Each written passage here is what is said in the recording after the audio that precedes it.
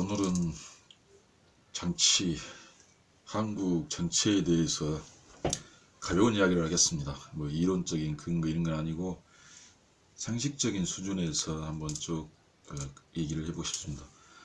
한국의 기원은 언제일까요? 뭐 조선시대일까요?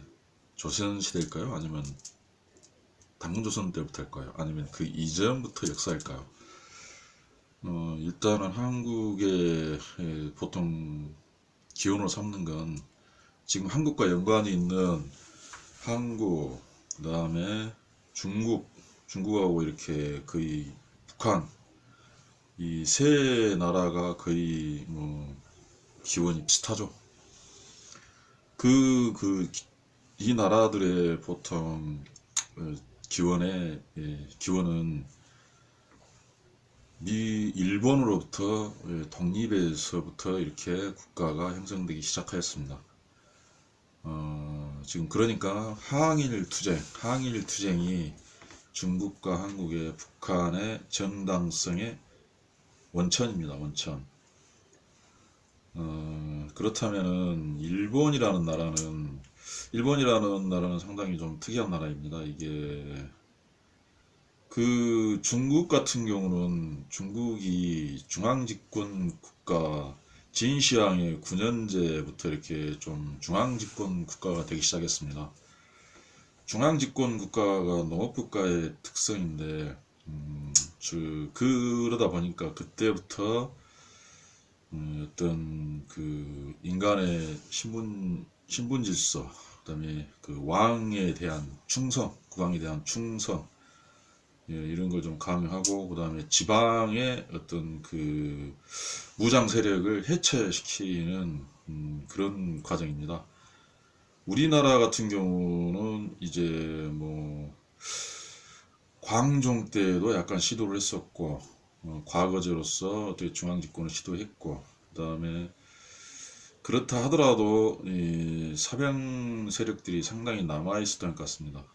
그래서 조선시대에 아마 이방원, 태종 때 사병을 좀 혁파하지 않았나 싶고, 어떻게 보면은 그 중앙집권 국가가 내전으로 인한 그 전쟁을 방지하고 어떻게 보면 윤리적인 국가처럼 보이기도 합니다. 그렇지만 반드시 그렇지 않습니다, 이게. 그리고 그러면은 우리나라 같은 경우는 그 이제 일본을 들어서 이제 그 얘기하는데, 일본 같은 경우는 그 유럽처럼 중앙국가 집권국가가 아니었습니다. 이게 지방의 어떤 성주나 지방 세력의 어떤 그 군인들, 사무라이 계급들의 어떤 그런 그 쟁패, 유럽의 기사 계급처럼 그런 식으로 이렇게 하다 보니까 이들은 그 내전을 자꾸 이렇게 치르기 때문에 상대방과 전쟁에서 이겨야 하는 것이 기본입니다. 이제 그러다 보면 전쟁을 하다 보면 명분도 있어야 되고, 또 지역 기반의 어떤 주민들의 지지도 필요하기 때문에 정치도 해야 되고, 또 무력도 있어야 되고, 또 더 중요한 거는 군대를 자기가 보유하기 위해서는 경제적인 어떤 그런 마인드, 그 군량이 있어야 군대가 유지되기 때문에, 군비가 있어야 그 군대가 유지되기 때문에, 그러한 면들, 그다음에 싸워 이길 때 수단 방법을 가리지 않습니다. 실력주의, 새로운 문물을 받아들이고, 또 제도나 그 내에서 이런 것에 최선을 다합니다. 그렇지만은 중앙집권 국가가 되었을 경우에는 그 이렇게 입으로 언쟁하고 뭐 반란도 일어나기도 하고 뭐 하지만은 그 한계가 있습니다. 유영주들 간의 그 정당성을 위한 싸움이 아니고 뭐 반란과 진압 뭐 이 정도 관계로서 한 국가가 넘어가기 전에는 그 싸움에서 반란을 일으켰을 경우는 정당성을 획득하겠습니다. 정권에서 물론 그 하기도 하지만은 차원이 다릅니다. 그렇게 뭐 반란을 상시적으로 일으킬 수 있는 것이 아니고 실력으로서 겨루는 것도 아니기 때문에 명분론이라든가, 그러다 보니까 결국에는 성리학적 이런 형식적인 이런 관계 이런 걸 중요시하게 됩니다. 그러다 보니까 일본 같은 경우는 처음에 포르투갈? 포르투갈이죠. 이 처음에 그 뭐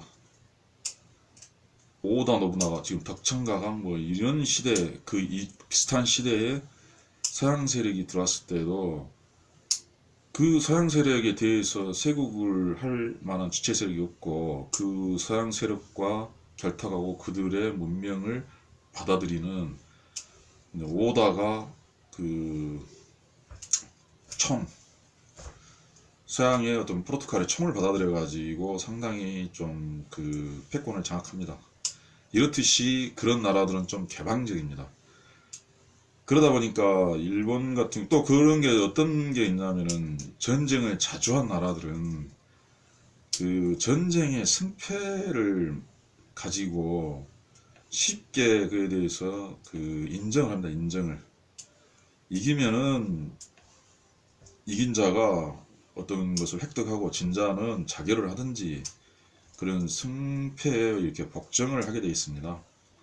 깔끔하게 넘어가는 것입니다. 이게 서양도 마찬가지고 그러다 보니까 또 전쟁에서는 또 뭐 잔혹한 면도 있지만 또 나름대로 그 협상의 결과에 따라서는 협상에 따라서는 아무리 치열하게 전쟁을 하더라도 협상을 하게 되면 용서를 하고 그 동맹을 맺고 모든 걸 다 잊어버립니다. 이게 깨끗하게.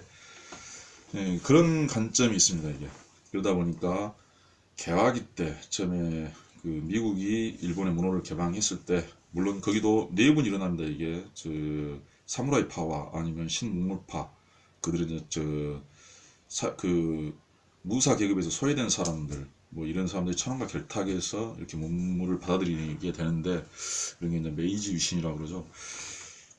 그런 것처럼 이 전혀 이질적인 언어도 통하지 않는 사람들이 일본에 왔을 때 서양인들이 왔을 때 일본인들은 그들을 관측하고 개방적입니다. 상당히 개방적이게 받아들이고 자기의 지금 나에게 유리한 문물이나 그 사람들을 이렇게 쉽게 받아들입니다. 내가 이겨야 되기 때문에 그렇습니다. 그러다 보니까 일본과 서양인은 굉장히 가깝습니다. 포르투갈하고 가깝게 지냈고 그 다음에 나중에는 또 보면 네덜란드하고도 굉장히 가깝게 그 지냈습니다.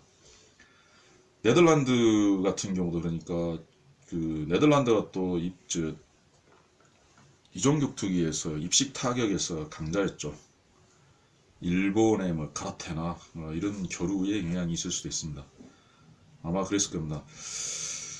그렇듯이 일본의 특성은 그런 측면이 있고 그다음에 더 중요한 거는 일본 같은 나라는 1차전에도 참전을 했으며 그다음에 독일을 이렇게 모델로 삼아서 또 개발도 하고 서양의 어떤 그런 제도와 이런 교류를 굉장히 활발하게 이렇게 유지합니다. 그러면서 그 계속 내전을 치르다 보니까 전쟁에서 살아남고 이겨야 되기 때문에 실용주의적인 실력주의 이게 굉장히 강합니다. 싸움으로 승패를 보기 때문에 패자는 말이 없습니다. 그런 데는 패자는 끝나는 것이죠. 그래서 일본 같은 경우는 독일이나 이런 여러 국가 1차전에서 참전하고 2차전에서 참전했습니다. 그러다 보니까 결국에는 일본은 영국하고도 친할 수도 있었고 미국하고도 친할 수도 있었고 이 국제 정세에서 실리를 분별하면서 자기 실력을 쌓으면서 힘의 균형을 따라서 움직입니다. 이게. 그러다 보니까 미일 동맹, 영일 동맹을 맺어가지고 결국에는 영국이나 이렇게 유럽이 러시아가 연해지 쪽으로 이렇게 밀고 왔을 때 러시아의 남하 정책을 방어하기 위해서 영국도 그 영국 뭐 거문도도 점령하고 그러지 않습니까? 네, 그런 과정 속에서 영국과 미국의 동맹, 그 영국과 미국은 일본을 그 방어의 동맹으로 이렇게 인식하여서 그런 동맹을 맺고 그걸 바탕으로 러일 전쟁에서 일본이 승리하고 청일 전쟁에서 승리하면서 또 미국과 밀약으로서 카스라테프트 밀약 비밀 협정으로서 조선을 합병하게 되죠. 그 다음에 만주 사변으로서 만주를 점령하고 그 이후에 그 지금 보면은 중국의 동북 해안선 아마 그 300km 정도 쭉 해가지고 베트남까지 이어지는 선 쪽으로 이렇게 일본이 이렇게 내려가는데 그런 과정이죠. 그때 이제 다시 이 일본이 그 만주사변을 일으키고 하다가 이제 미국의 경제 봉쇄로 진주만 사건이 터지고 물론 일본은 독일의 동맹이었습니다. 그때도 미국은 그때만 해도 독일이 적이다, 일본이 적이다 이렇게 끼어들진 않았었죠 처음에는. 그래서 나중에 이제 참전을 하게 되는데 유보트와 그 유보트의 그 미국 상선 공격, 영국의 물자를 장사하면서 팔아먹을 때 독일의 미국 상선 공격, 그 다음에 일본의 중국 침략으로 인해서 미국이 참전을 하게 되죠. 어, 진주만 공습 때문에 참전하게 되죠. 왜냐하면 경제로 해결하려고 했는데 일본이 말을 안 들으니까 협정이 안 되기 때문에 비밀 협정 이후에 계속 동맹 관계에 있는데 진주만을 기습을 때려가지고 거기서 이제 참전을 해서 협정을 맺지 않고 일본과 전쟁을 하게 됩니다. 그런 이후에 이제 태평양 전쟁이 일어나고 그 다음에 미국 같은 경우는 그 이후에 중국을 집중적으로 지원하게 됩니다. 중국 왜 그러냐면은 일본군이 지금 바다와 그 다음에 뭐 동남아시아 지역, 그 다음에 중국 내륙, 만주 한반도 지역에 일본군이 쫙 깔려 있는데 거기서 이제 그런 거죠. 미국이 이렇게 생각할 때도 미군 병력이 한계도 있고 미군 병력을 중국 대륙에 풀어가지고 일본을 밀 때는 인명 어떤 인건비 월급도 많이 줘야 되고 물자도 똑같이 들어갈 때 그런 어떤 물자를 중국 처음에 장개석군에 주고 그 다음에 또 나중에는 목택동의 공산군에도 동시에 줘가지고 그 지원을 하게 되죠. 그리고 물론 이게 보면은 그 승리의 원동력은 태평양 전쟁의 승리와 원포, 히로시마와 나가사키의 원폭으로서 이렇게 항복하고 그럼으로써 결국에는 이제 중국과 그 다음에 북한, 우리나라가 독립을 하게 됩니다. 그러면 이제 우리 같은 경우는 이 독립에 대해서 지금 정당성 기원으로 삼고 있으면 또 일본에 대해서 굉장히 원한을 많이 가지고 있습니다. 이제 그것이 그런 감정을 이렇게 가지고 있는데 그렇다면은 이제 그 이후에 이 강대국들의 그 모습을 한번 살펴봐야 됩니다. 그 강대국들은 독일이 프랑스를 침공해갖고 프랑스를 먹었죠. 그 다음에 영국과 엄청난 전쟁을 했습니다. 독일과 영국, 소련과도 전쟁을 했고 독소 전쟁에서 그 동부전선 이 엄청난 그 몇천 킬로의 전선에서 소련과 독일의 그 전투로 인해서 엄청난 인명 살상과 물자 소비가 있었죠. 그로 인해서 어떻게 유럽의 전쟁에서는 소련이 육군에서는 소련의 어떤 그 병력이 독일군을 이렇게 잡아주고 해주는 것이 어떻게 보면 승리 원동력일 수도 있습니다. 노르망디 상륙 작전도 있지만 밀고 들어왔을 때 그만큼 소련의 역할이 컸던 것이죠. 그래서 동서독으로 분단이 되고 그 효과로 인해서 그때 미국 같은 경우는 거기에는 독일과 일본을 양대 전쟁을 하고 있었는데 유럽에서 소련의 도움을 받았기 때문에 소련이 일본을 몰아낼 때 항일전에도 그저 발을 담글 수 있게끔 되는 것이죠. 같이 이렇게 독일을 공격을 했었기 때문에 그래서 남북한에 이렇게 소련군이 진주에서 이런 상태가 되게 됐습니다.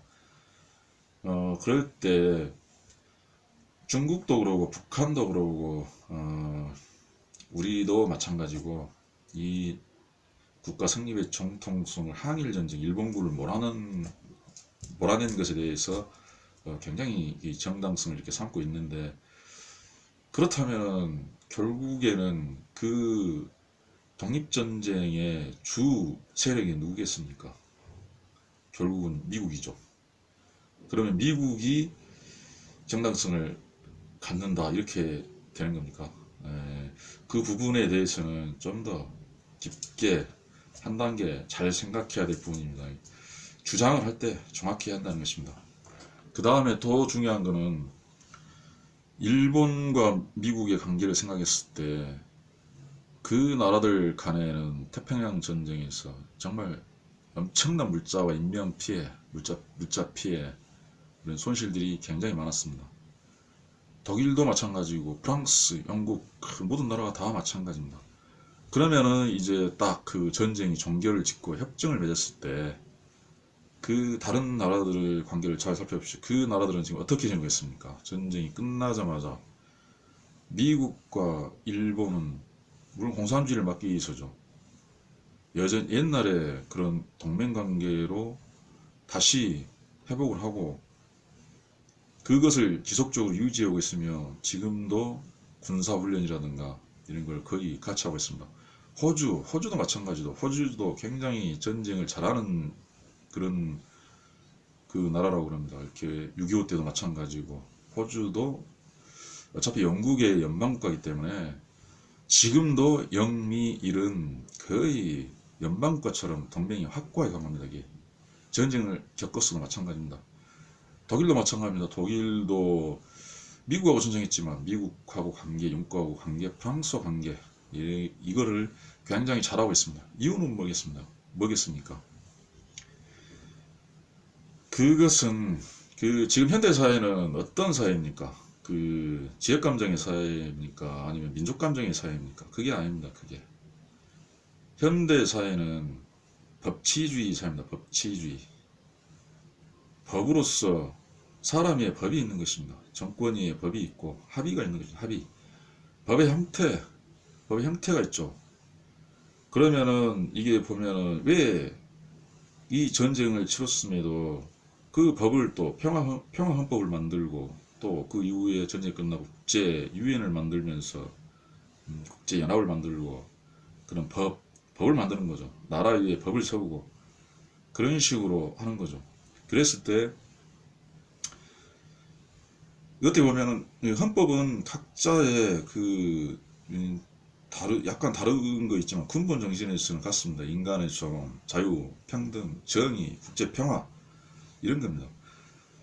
그래서 결국에는 법이 비슷한 나라들끼리는 전쟁을 하지 않고 그 법 아래에서 자유민주주의라는 법, 자본주의라는 법 아래에서는 동맹국가로서 전쟁을 했었지만 그 협상으로, 법적 협상으로 거의 완벽한 동맹국가가 되어 있는 것입니다. 거기에는 어떤 감정, 민족 이런 것보다는 국가보다도 물론 국가 이익을 추구하고 그런 건 있지만은 그런 게 법이 우선시되는 겁니다. 인치주의가 아니라는 겁니다. 감정과 인치주의가 아니라는 겁니다. 그렇다면은 지금 우리가 생각할 때는 법이 지금 전 세계에 보면은 그 자유민주주의 법이라는 것은 그리스에서 로마법과 게르만법 이런 식으로 그쪽에서 발달해 가지고 그 다음에 르네상스 거기 있지 않습니까? 인간 중심주의, 그 문화의 부흥, 인간성 회복, 그리스 로마로 돌아가자. 그걸 배경으로 그 다음에 종교 개혁이 있었고 그러면서 이제 그 프랑스의 시민혁명을 시작으로 해서 각국의 영국의 명예혁명, 미국의 독립전쟁 등등 이런 과정을 거치면서 이렇게 자유민주주의 국가가 성립하게 됩니다. 그리고 그 또 하나의 법 체계는 그 마르크스 레닌의 공산주의 법 체계가 있습니다. 공산주의.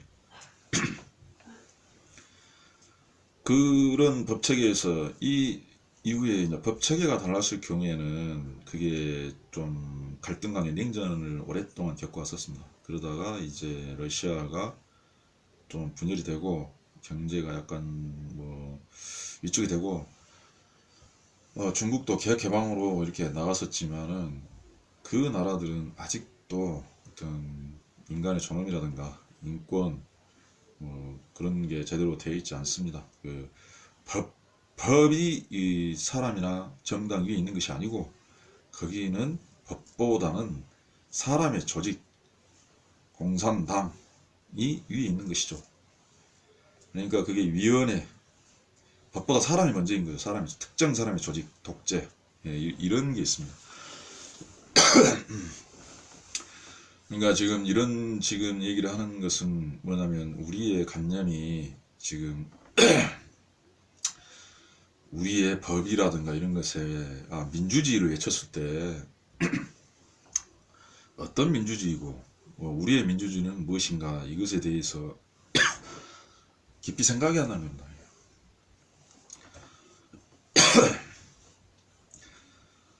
우리 같은 경우는 쉽게 말하면 지금 반일 감정이 많고 또 북한에 대해서 또 감정을 갖는 사람도 많습니다. 6.25 전쟁 때문에 그런 감정, 또 거기에 더하여 지역 감정 이런 걸 지금 가지고 있는데 사실은 그런 감정들을 극복하고 이렇게 통합하는 것이 이 법입니다. 법.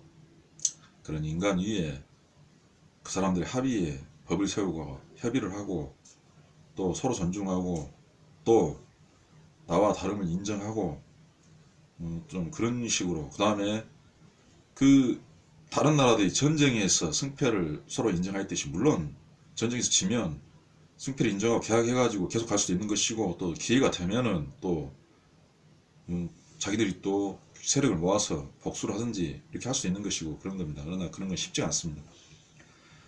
그런 식으로 개방적인 마인드 보통 그 인간 사회에서 그 지켜보면은 이 나라들은 주체성이 있는 나라들은 반드시 주변 나라들과 협상을 하게 되고 전쟁과 협상은 이게 표리부동입니다. 이게 전쟁을 했을 때는 반드시 그걸 끝내야 됩니다. 끝내지 못하게 되면은 그 민족은 별로 발전이 없습니다. 그 개방적이지 않은 나라들이 제국이 되는 경우는 없습니다. 물론 제국을 부정하기도 합니다. 제국을 부정하기도 하고 그렇지만은 지금의 제국주의를 하는 나라는 없지 않습니까? 과거에 제국주의였던 것은 모든 나라가 제국주의를 했기 때문에 그 시대에는 다 제국주의였습니다. 힘없는 나라가 평화를 외쳤다 하지만은 힘 있는 나라들은 전부 제국주의 국가였습니다. 그 당시에. 지금에는 제국주의가 안 좋다고 얘기하고 다 그냥 안 하지 않습니까? 다른 나라들은. 힘 있는 나라들이 이제 그걸, 힘 있는 나라가 안 해가지고 지금 제국주의가 아니고 뭐 국제평화주의가 된 것이죠. 그걸 잘 인식해야 됩니다. 그러면 국제평화주의를 제국주의 시대에서 국제평화로 이렇게 만들었을 때 기여했던 게 과연 누구였습니까? 누가 했습니까? 그 지배를 받던 사람들이 어떤 투쟁으로 제국주의가 이렇게 착각된 겁니까? 그게 아닙니다. 강대국들이 전쟁을 해가지고 스스로 나와 다른 나라를 인정해주고 그런 법을 맺고 전쟁을 인간을 존엄하고 평등을 이렇게 하고 그렇게 해야겠다 해서 그런 나라들 강대국들이 스스로 이렇게 결정했던 겁니다. 프랑스 스스로 내분을 결정하고 미국도 마찬가지고 전승했지만 그런 걸 하고 영국도 마찬가지고 그 어떤 제국주의 국가들이 민주주의라든가 국제평화를 이렇게 만들었던 겁니다. 그 부분을 잘 인식해야 됩니다. 이게 제국주의를 누가 제국주의를 무너뜨렸고 누가 독립을 했고 정당성이 우리에 있다. 그걸 주장하는데 세계사회에서 정말 그랬는가를 떳떳하게 얘기해야 됩니다. 이게 그런 식으로 만약에 정치를 현혹하고 이렇게 해서는 안 된다는 겁니다. 깨끗하게 사실적으로 밝혀야 한다는 겁니다. 이런 게. 그리고 그랬을 때 우리의 미래가 있는 것입니다. 지금 여러 정치 상황, 국내 정치를 봤을 때 굉장히 이 법치보다는 어떤 민주주의 이런 것보다는 우리의 정당 우선으로 지금 많이 가고 있습니다. 양대 정당.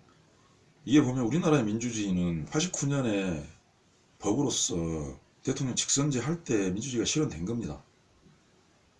그때 분명히 민주주의 헌법이 국민 직선제로서 완료가 됐음에도 불구하고 아직도 민주주의라고 안 하는 인정하지 않는 그런 거는 도대체 어떤 의도인지 저는 모르겠습니다. 모든 나라 간에 아니면 나라든가 민주주의라든가 국제평화주의, 지역주의를 몰려 국제평화주의를 했던 것들도 전부 법으로 이렇게 한 겁니다. 법이라는 건 서로 합의니까 국제 간의 어떤 협약도 일종의 법이지 않습니까? 이런 식으로 잘 생각이 됩니다. 나만 옳다, 나만 정이다, 이런 식으로 생각한 거는 그건 벌써 이거는 독재의 성향이 있는 겁니다.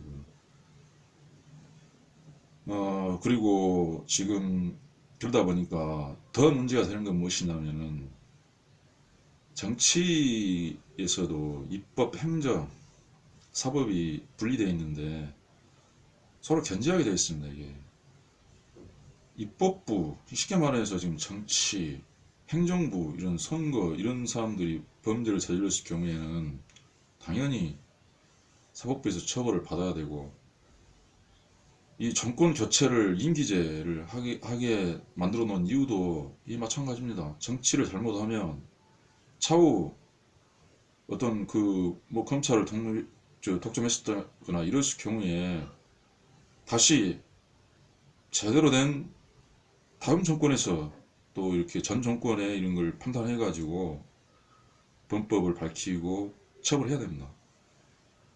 그 처벌을 한 개 정당만 할 수 있는 게 아닙니다. 다른 정당도 당연히 해야 됩니다. 우리는 다른 정당 처벌할 권리가 있고 그건 정당한데, 다른 정당이 우리한테 했을 때는 그건 뭐 적폐라든가 이런 식으로 말을 해서는 안 되는 겁니다. 절대 결코 그런 식으로 독선적인 독재적인 방법으로 민주주의를 생각하면 안 됩니다. 이 지금 보면 우리나라 현대 지금 민주주의가 법으로 규정돼 가지고 자유가 만연돼 있는데 그런 게 지금 많이 잘못 남용되고 지금 남용되고 있습니다. 이승만 때도 조봉암 같은 분도 어떻게 보면 사법으로 살인을 당했을 때 그거는 지금 정치보다 훨씬 낫습니다. 그때 내가 패배했으니까 깨끗이 죽겠다 이렇게 얘기하고 깨끗하게 별 얘기 하지 않지 않습니까? 전쟁일 수도 그리고 과거 전쟁일 수도 대부분이 다 그렇지 않습니까? 사무라이는 자살도 하고 또 치열하게 싸우다 만나서 아 이제 행복할게 하면 받아들이고 이런 식으로 다 이렇게 깨끗하게 다 끝내게 돼 있습니다. 그렇지만 우리 정치인들 보면 이 지금 자유민주주의라는 그런 이 그 제도라고 하면서 그 민주주의를 위한다 하면서 상대방 처벌은 정당하고 우리의 처벌은 인정하지 않고 그 다음에 재판까지 사법부까지도 어떻게 보면 정치의 장으로 만들려고 하는 그런 일들이 지금 벌어지고 있는 것 같습니다. 정치 만능주의로 지금 가고 있는 것 같습니다. 정치가라는 것은 임기제고 일시적인 권력이고 국민의 봉사자이지 절대 권력자라든가 법위에 군림하고 자기들만의 정당한 건 아닙니다. 다른 국민도 정당하고 반대파도 정당한 것입니다. 그렇게 서로 정권 교체하면서 법적으로 잣대로 뭘 잘했는지 계속 따져봤을 때 그랬을 때만이 민주주의가 바로 서는 것입니다. 이게 우리의 법이고 우리만 민주주의고 상대방이 아니다는 것은 절대 있을 수 없습니다. 그리고 이렇게 양당제로서 하다 보면 지역 감정 이런 게 결부되기 때문에 어떤 사람이 잘못하면은 그 잘못한 점을 자기 지역 사람들이 먼저 알아야 되는데 자기 지역 쉽게 말하면은 저쪽 자유한국당은 그 지역에서 가면 용서받고 이쪽에서 범법을 하더라도 이쪽 지역의 국민들이 용서하고 다시 찍어주고 자기가 잘못해도 정치 보복이라고 이렇게 지금 그 지역 감정에 매도되고 이런 현상들은 좀 시급히 개선돼야 할 것 같습니다. 너무 지금 할 말이 많아서 오늘은 대충 이 정도로 하고 다음에 세부적으로 차근차근 얘기하도록 하겠습니다. 감사합니다.